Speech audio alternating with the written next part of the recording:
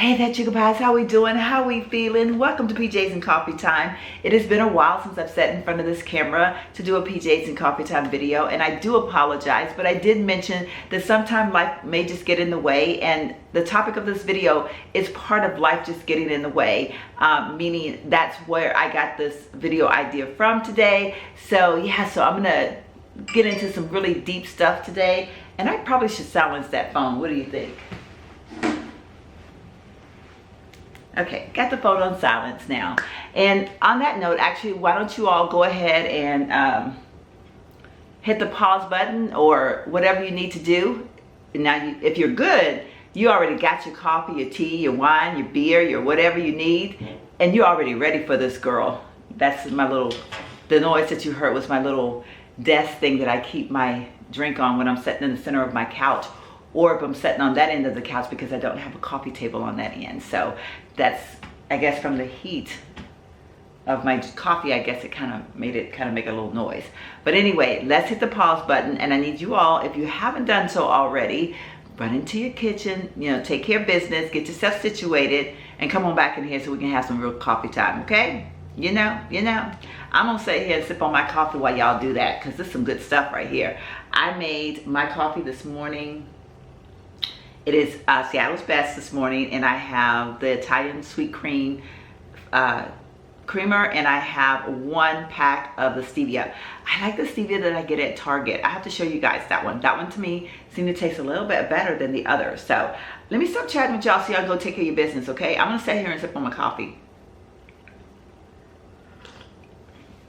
This is good. Yep.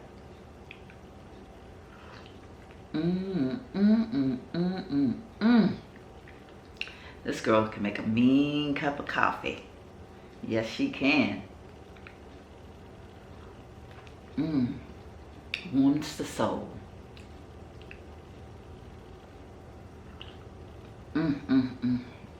Oh, y'all are back. Ready to go? Okay, let's get started, shall we?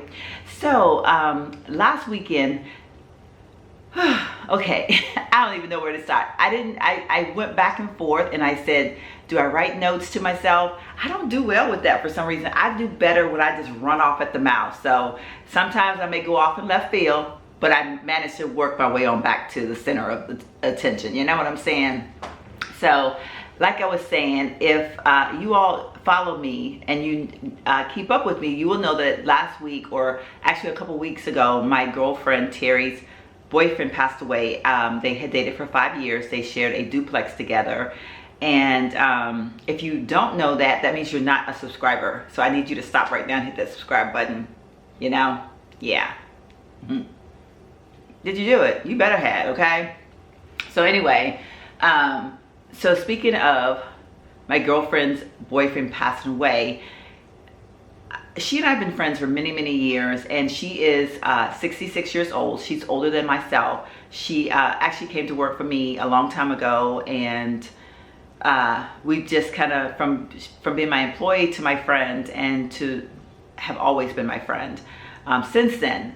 And so I played a very big role in her boyfriend, like meeting the boyfriend and knowing the boyfriend, and through their dating and moving in together, and unfortunately of his passing. And more recently, I was a big part of her moving from one place into a place that she could afford.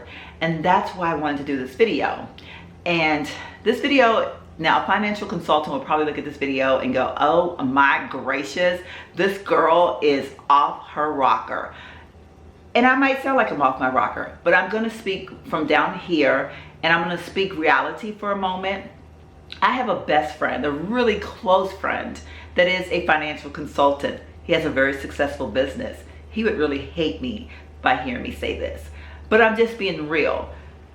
Most people that are the age 66, and I say most people, I don't know if most people is a good term, but some people, let's just go with some people, because I don't want to, get any, well, you said.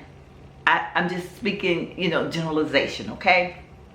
So a 66-year-old person, even a 52-year-old person, there are a lot of people that don't start doing the whole financial thing when they get their first job. They don't do the 401k. They don't, because a lot of people just feel like they have time.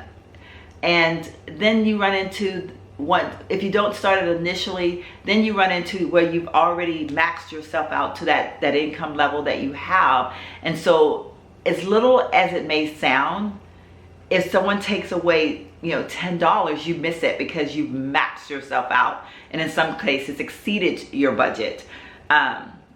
So then that becomes your excuse for not partaking in any type of 401 or, IRA or anything of that nature. So you just kind of keep moving and you say, I'm going to save on my own. And unfortunately, a lot of people don't. I started my 401k late in life. I would be the first to tell you, I didn't work for a long time, which is part of the reason. But after my divorce, honestly, I was strapped big time for money. And in my head, I needed every cent because I literally lived off of every cent, and I wasn't living, I wasn't splurging. I wasn't going to TJ Maxx like I do now. Not that I have the money to do it now either, but trust me, when I was a single mother, this girl was focused, okay? Her son came first, okay? And food on the table. I lived on a very strict budget. And I was one of those people that said, I can't afford $10 missing from my paycheck, because honestly, y'all, $10 meant me putting gas in my car. And I kid you not, like, you have no idea the cost of living, well, not the cost of living, but my way of living when I was raising my child. I accounted for every single dime that I had. And so I just could not, I could not afford in my head to make that move and partake in my 401k. Now, a few years passed, and expenses, I made a promotion and things got a little bit better. So at that time, I did start contributing to the 401k. But of course, I still was doing it on a very small basis because I still felt like I needed the money. I was making more money, but I wasn't making a lot of money. So I still wanted to make sure I had money to take care of my son. And in my head, I need to be the provider for him right now, and I'll have to deal with other stuff later. And that is the mentality that a lot of people have. And people that are older than myself, such as my friend Terry, they get, they were raised in a time where, that wasn't really the thing. Like, if you think about their younger years, I mean, not everyone. There are that group of people that from the time they're born into this family of, like, you plan, you save, and your family have money, and they teach you these things, and but if you're born in an average family, a working class family where the mom and the dad got up every morning, went to work, struggled their bums off trying to make a living, raising their children, those people did not have prefaces on saving for tomorrow. Their prefaces was saving for, like, right now. Like, I need to put food on the table for these kids, so that's what they focus on. So a lot of people grew up doing the same thing. Now, I'm not here to determine whether it's right or wrong, but this is where the financial consultants are going to be like, well, you need to be telling people too. And I can't in good conscience tell you, because like I said, I feel that that worry, that stress, that tension of where you just don't know what to do, and so you choose what you think is right. I did it, so that's why I'm saying I'm sitting here preaching from my heart. Now, yes, I contribute. Well, my job that I have now actually don't have a 401k, so I have to do my own contributions on my own. But I take care of things like that now. But I don't know. I honestly can tell you at the rate things are going now, and after seeing my friend Terry go through what she just went through, I don't think I have enough. I don't think I've contributed enough. So, unless you've had a plan from the time you got your first job, or you have a family, excuse me, a family that has the plan, meaning like, you have inheritance and you have other means of having money given to you, you might not have enough if you started later on in life in the world that we're living in now. And so I'm not here to determine or to even discuss what you did in the past, because we can't undo that. It's already done.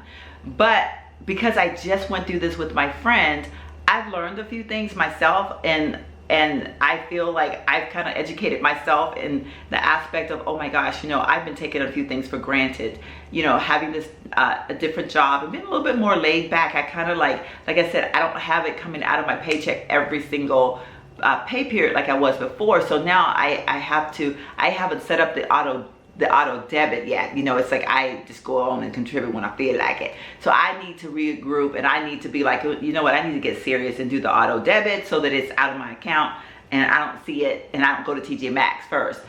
I'm being real, because that is what happens, and so I have some pointers from a few different aspects that I just kind of want to share. And that's because, like I said, going through what I went through with my girlfriend, I was her friend when she met him. I was her friend while she dated him.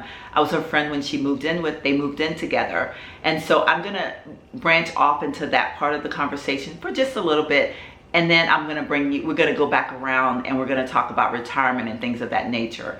Now, if you are not with your husband, your wife, your boyfriend of a long time, girlfriend of a long time, whatever it is to you, and you're in the dating field, and you're my age and older, but especially if you're on that senior side of the world, meaning when do they officially call you a senior? Is it 55? I think it's 55. I know I can't ever get a discount until I'm 55, so we're going to go with 55. So technically I'm not a senior yet. I'm 3 years shy of being a senior. But when you're dating someone, or you're looking to date someone, and you're in that senior category, okay, there's a few things that you do have to take into consideration. And this may sound a little harsh. Do I have a piece of hair? I do. This may sound a little harsh, but again, I'm basing this on real experiences. I just went through something, and when I say I went through it, because I went through it with my friends. I was there through the tears. I was there through everything, okay?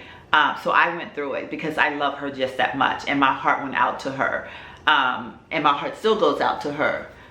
But like I said, I learned a few things through this little course of the stuff here. You know what I'm saying? And that's what I believe, that God always places us in situations that we can learn, and He expects us to learn from those situations. And even though it wasn't my situation, I learned a lot, okay?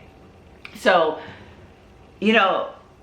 when you meet someone, we're going to talk in general now. And these are things that, if she listened to this video, I don't want anybody to think that I'm bashing her or anything like that. In fact, I mentioned to her that I was going to do this video, and she's not really into the whole YouTube thing, and she would probably never watch this video, to be honest with you. But she knows we talk on the real, and we've had this very conversation, okay? So this isn't like me sneaking behind her back and talking about her behind her back to the world, okay? When you're looking to date and you're in that senior world, there are things that you have to take into consideration. You have to think about, because it could be the opposite too as well, for the other person thinking about it towards you as well. So it's not like just a one-sided situation. You should have the thought, and that person that you are about to date should be having the same thought about you, because you're both within that whole senior realm of things. But you need to think about health issues. Yes, you can date someone in your 20s and they can have health issues. I totally get that. But what we're speaking of now is the fact that you're more apt to have someone in your life with health issues when you're in the senior realm of things than you are in the young realm of things. Am I making sense? So when you're looking to date someone, that is something that you should think about. You should be like, hey, to what extent am I willing to go?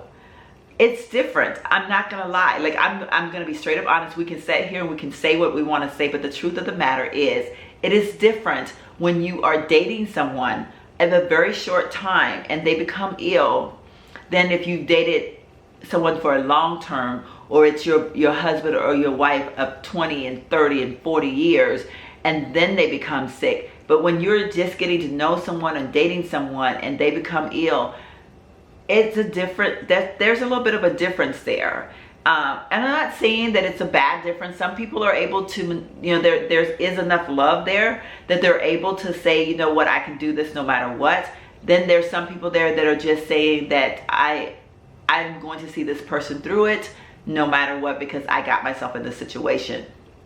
Totally understandable. There's so many different scenarios to that, and I'm not going to touch bases on everyone because it could be different for every single person.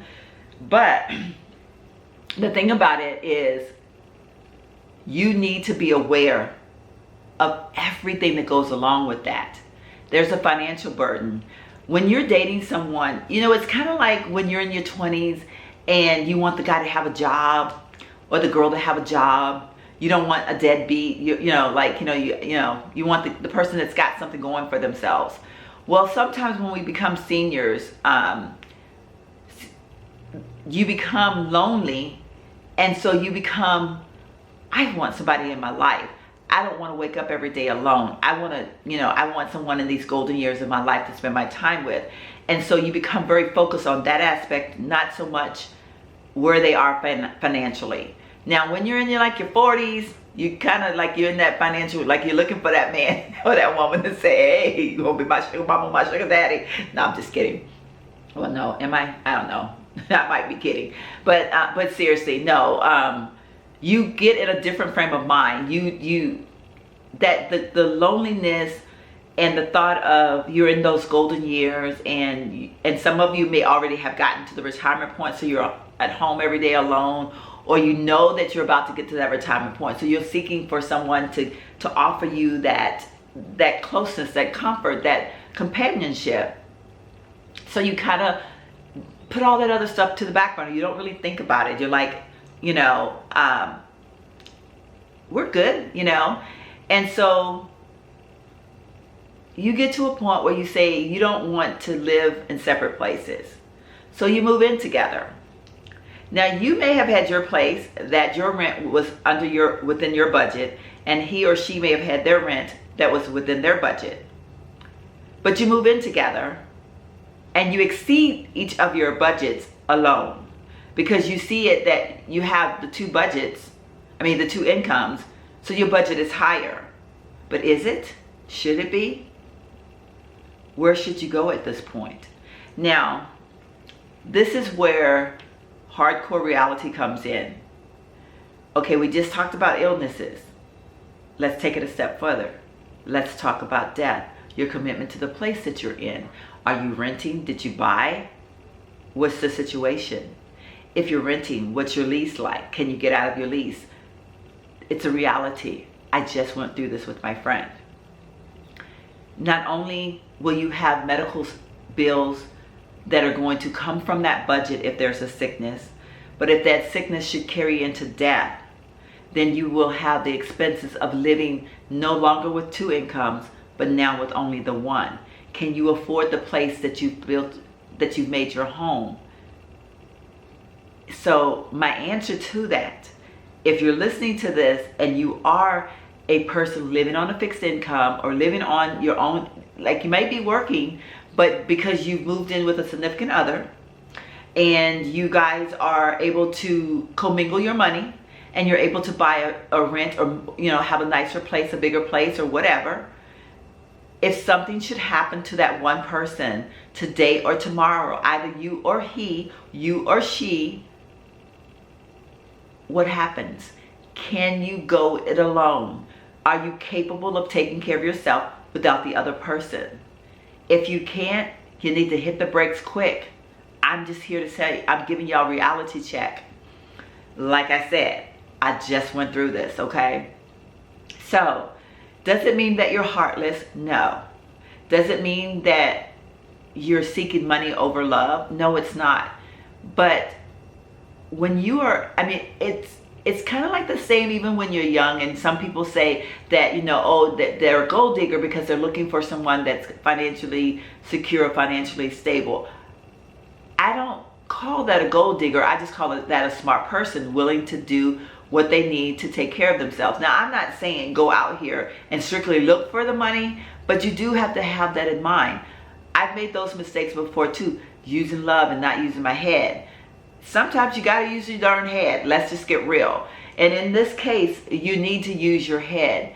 You can still be together and you can still be happy as can be, but what you both need to think about is we need to find a place that if one of us should become ill, all the expenses fall on the other. Or, you know, if they are getting Social Security, if the person becomes ill to the point where they may have to go to a rehabilitation center or a nursing home or something like that, they lose their Social Security. So you're stuck again. You're living on your own. You need to think about, can I afford this? What if I can't afford it on my own, then we can't do this one. We have to look for one that I can afford on my own. Either one of the I's, the he I or the she I. Okay, so once you establish that and you come to terms with that, you still need to live within your own means, because you have to be able to take care of you when other is nowhere to be found. Now, especially when you are in the fixed income level where you're in the retirement state and you're only going to be getting your Social Security, you need to still think, okay, not only, like if you're transitioning from working to retirement to where you're only going to be drawing your Social Security, when within 5 years of your retirement, and I say this because nowadays you can finance a car for 5 years, okay? 7 years actually, I think, in some cases. Yeah, I think it is 7 if it's the payments or if it's past a certain dollar amount. But we're gonna say 5. 7 if you're good, okay? But we're gonna say 5. But if you're within 5 or 7 years, whatever, years of retirement, think about things like, where do I want to be with a car? Do I want to have a brand new car and have to pay for it during my retirement? Or like at what point do I want to draw the line and say, okay, I'm not going to have a new car any past this point? Now, I would say within 5 years of your retirement, and this one I'm not, you know, I'm kind of, I don't know, because I'm very concerned about cars when they start to break down, and I'm one of those people that I can't afford maintenance. So I always thought if my car gave me a lot of trouble, this is what I lived by when I was a single mom, you know, raising my son on a very small budgeted income. I bought a brand new car, and my brand new car lasted me through my son growing up. And it never gave me problems. I bought a Toyota. It was a good car. That is why the girl is very partial to Toyotas to this day. I love me some Toyotas, okay? Toyota dealers, y'all want to share a car with me? I'll take it. So anyway, seriously. But, so that's one of those things where you kind of have to weigh your pros and cons. You kind of have to look at, if you're within that 5-year range and you're like, the car that you have, if it's already a clunker and it's already starting to, you know, like it's already giving you issues or it's already to that point, you probably need to go ahead and purchase a brand new car, so that at worst case scenario, that new car, when it becomes that old car, that it's still going to be a good old car, because it's only going to be you driving it. And then say if you had a 5-year payment, then at the end of that 5 years, when you are at retirement, you will no longer have that payment, and then you'll be able to hopefully maintain that car if it's not giving you a lot of trouble. Now, car payments are so expensive these days. If you are on a fixed income, you probably can't afford a new car payment, even at financing at 5 or 7 years, because the cars are just that darn expensive. So that's one of those things. I don't know that I know the answer to that. I know what sounds good to me is what I just said. But I don't, you know, if you end up with a car that's giving you problems, you're gonna have to do something. Do you buy another car that could still give you more problems? That's one of those ones that you just have to play it by ear, I guess. But on the surface, I say get a new car at the 5-year point, taking good care of it, getting the oil changes, doing everything, all the maintenance things to it, to hopefully that it will carry you for a while into your senior years, you know, and that way you won't have a car payment. Now, in my friend's case, she had, I want to say, a 5-year, yes, I think she did have a 5-year plan for her car. However, she bought it on the 3rd year or the 2nd year. So she has 3 more years or 2 more years, I'm not sure, of paying for the car. So she has a car payment and rent and, you know, other bills to live off of that she has to come out of her fixed income. So I'm saying this because, like I said, these are things that we sometimes don't think about. And when you go to a financial consultant, they are so wrapped up into telling you all these things that if you weren't already doing them, or if you haven't been, you know, if you passed that already, they can't help you. Like, I mean, you know, they have the plan for when you start when you're young. They don't have the plan for when you wake up one morning and the boyfriend has passed away, or the wife has passed away, or whatever, and you have nothing. They don't have that plan. So it's up to us to share our thoughts and our concerns and try to, you know, help each other out the best way we can. And having lived through this with my friend, like I said, we went looking for a place within her budget. And that's another thing, you know, your expectations of where to live will have to change. From like when, you know, like there's a possibility they may have to change. It depends on what you were living in before. Because I am just appalled, y'all, at the prices they were charging for apartments that look like death. I mean, they were horrible. The place that she moved out of, I helped her move into that place, and it was filthy. The place that she moved into this time, I helped her move in, and it was filthy. This time, I was hoping she would have learned from her last lesson. I was with her through a lot of things, but I work, and I was not able to be there with her with the conversation with the landlord and signing the lease and all that kind of stuff.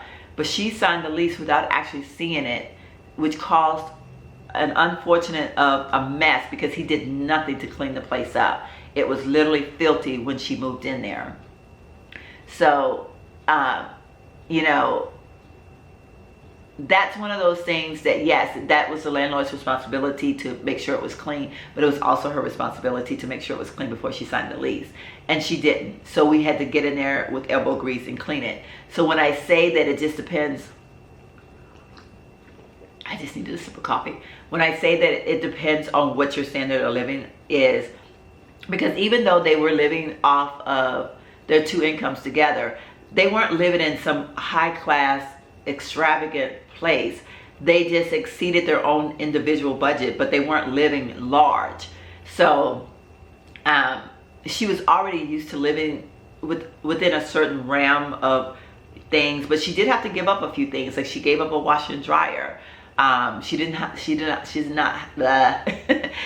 not have a wash and dryer in her place that she's living in right now, which is really sad. So now we have to factor in going to the laundromat. And that's not fun. I've not gone to a laundromat in years. Like, I don't even remember though. I remember when I got married and I was like 18 and our place didn't have a wash and dryer connection, and we went to the laundromat. Yeah. And then I moved into an apartment, a different apartment that had the laundry rooms in the apartment. And then the next place was base housing, and I had my washer and dryer. So it's no fun. And that's the last time I remember ever going to a laundromat to do laundry. Okay, camera died. But she did have to make some changes to her lifestyle. She's having to give up a few things. And she actually had, when she retired, when he became sick, she ended up having to take on another job, just working on a part-time basis. That gave out after the Christmas holiday. So then she started doing another part-time job. She does the delivery service. I don't know. I think it's for HEB. I think she does it for HEB. I don't. It's one of those app things that you can go out and deliver food for people, or groceries, or whatever, or something. I don't know exactly how it works, but she's making a little bit of extra money on that, and she's able to make her own schedule, and she's not standing on her feet, you know, which is good things. But had she planned it differently, she would be able to enjoy her retirement years a little bit more. And from that's why I wanted to do this video today. I wanted to just share that story and to share with you all, with myself even. Like I said, this was a real eye-opener for me. You know, I think about, wow, you know, having what it would be like to be 66 and I can't afford to live in my place anymore, and I have to move out. And I mean, we had to do all of this like within less than 30 days. You know, it was a lot happening, and she went through a lot, and she's still going through a lot. So when I look at my life and I think I need to be better prepared, I need to be, you know, able to do better than that. And, you know, when you're thinking about, if you're in that dating scene and you're thinking about like, I want to date someone, or, you know, I want to have a companion, I totally get it. We all want companion. Everybody wants someone in their life. There are just things that you have to think about. There's just, I mean, it's a reality. They have to think about it through you, and you have to think about it through them.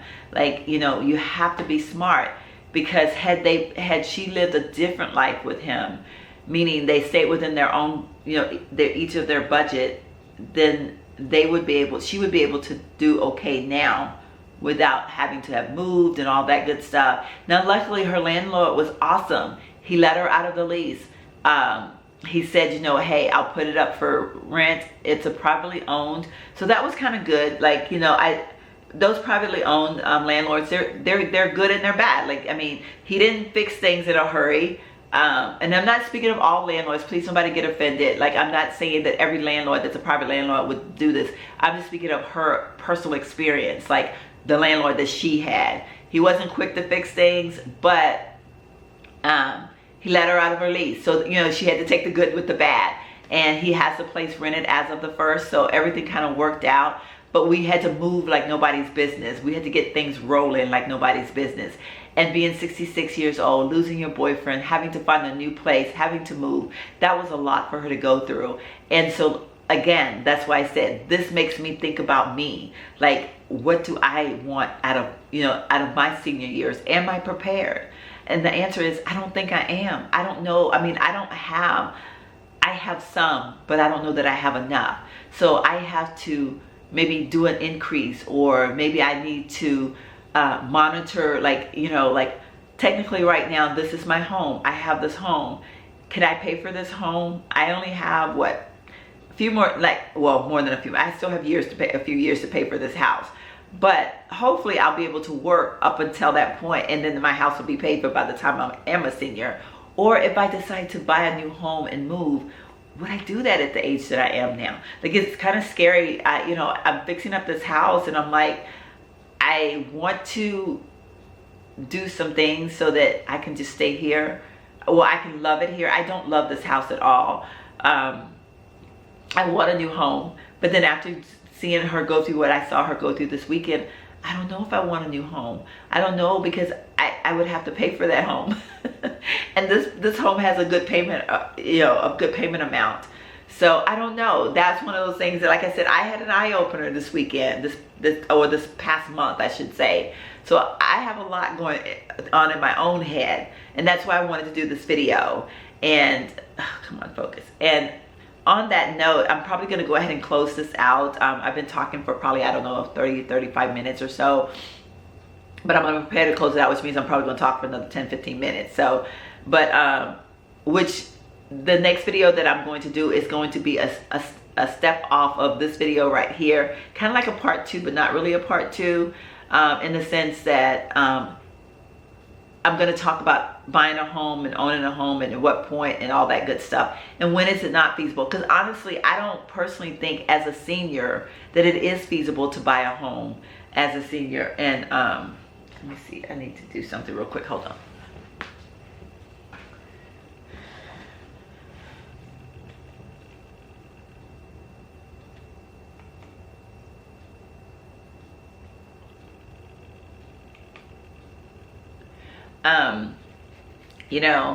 I think about at what point should you not have a home? If you don't already own a home, at what point should you say, you know what, no more, as a senior, I'm going to live in an apartment? Because, several people told my friend, hey, the sun is playing tricks on us, so my lighting just got kind of weird. Some of her family members and friends said, you need to buy yourself a little small house, or blah, blah, blah. And she and I both agreed that was not going to be the answer, because if you're already living on a fixed income, if you buy a house, the air conditioner breaks, you got to fix it. The refrigerator goes out, you got to fix it. Any of your heavy, water heaters and heavy, like, maintenance type things, any of those things go out, you're the one that has to replace it. You have to make sure the yard is cut. You have to, there's so many things that you would have to do. So to me, rent. And so that's one of the reasons why, like I said, I kind of think now, do I want to move out of this house at this point? There's a part of me that do and a part of me don't, because I don't know. Okay, I just had a sneezing attack. I apologize. But yeah, so these are things that going through the things with her made me think. And so if I start thinking, then I feel like I need to share this with my sugar pies. And so that's why I wanted to sit down and do this video today. And I hope this helps someone out. Like I said, I'm not calling anybody out. I'm not saying that you shouldn't be saving, or I'm not knocking you if you didn't save. I'm just saying the truth of the matter is a lot of people didn't, a lot of people haven't, a lot of people aren't. We need to start trying to now, but be realistic with yourself and know that if you're starting later on in life, you're probably not going to have enough. So do those other things. Live within your means. Be not cognizant of the person that you choose to date. If you're married, the two of you together, try to like downsize in things to where you know that if something should happen to one or the other one has the means of taking care of themselves without the other's income, whether it's Social Security or whatever the case may be. It's just a reality, and we're forced to live it. You know, I mean, like I said, I know I keep repeating myself. This past 2, 3, 4 weeks has been a true eye-opener for me. And I was just over at her house again yesterday, and I you know, it saddens me because she has the heart of gold, and she would give you her last 50 cents. And here she is now in need, and so many people are just ignoring her and not offering her. And I'm not even talking about like monetarily. I'm talking about like just aid. Like, can I help you move? Can I help you put your house together? Can I help you hang some curtains? Can I help you do anything? And the response isn't there. You know, I've been there, and I'm not going to walk away from her. I will see her through all of this, and I will do what I can. Obviously I can't do everything, but I will do what I can. So, but yeah, so just a reality check, ladies and gents. I don't know, this video might seem a little bit strange, and I hope it comes across okay, but I knew I had to freelance it. I knew that I couldn't sit here and read a script because it just doesn't work for me. So I hope I covered all the points. I don't know if I did or not. But I just want to thank you guys so much for sitting through this long video with me. Hope you're enjoying your coffee. Were you in some relaxed clothing? I didn't even talk about my clothing, did I? Oh my God, my camera wants to do this focusing trick, and it's getting on my nerve again. I need to check my settings. I figured it out before, and I got it to work better, but now I think it's messed up again. I'm actually wearing just I showered and everything, so you know I'm nice and clean. I'm just comfy and no makeup, okay?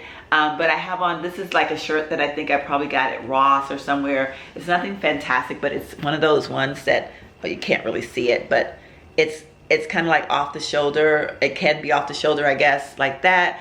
And then the bottom of it is jagged, which you can't see because I'm so far away from the camera. And then I just have on my black Who leggings, nothing spectacular. Like I said, I am, you know, let's see if I zoom y'all out some. Can you see a little bit better? Yeah, you can see a little bit better, but see, it has a jagged bottom. So that's what I'm working with today. I'm actually I've got to do a few things in the kitchen. I was hoping to just chill today, but it's not gonna happen. I got some things I gotta get done, so I'm gonna chill in a little bit though. It's like early still. I gotta get this video up, and then I'm just gonna straighten up my kitchen a little bit, and then I'm gonna chill. So, but I hope you enjoyed this video. Don't forget to comment, rate, and subscribe. Share any experiences that you may have had down below. If it's something that more of a private matter and you just want to email me, feel free to use my email address, which is located in the description box as well. And yeah, so make sure you thumbs up this video and share it with any of your friends that, you know, if there's someone in your life that you know might could use this conversation, feel free to share it with them, because I feel that at this point in our lives, we have to share whatever we can with each other and just do the best that we can. So see, now my lighting is back good, but I think the sun kind of did something. So, but anyway, I'm gonna go ahead and close out now. Again, thank you so much for watching. Bye-bye.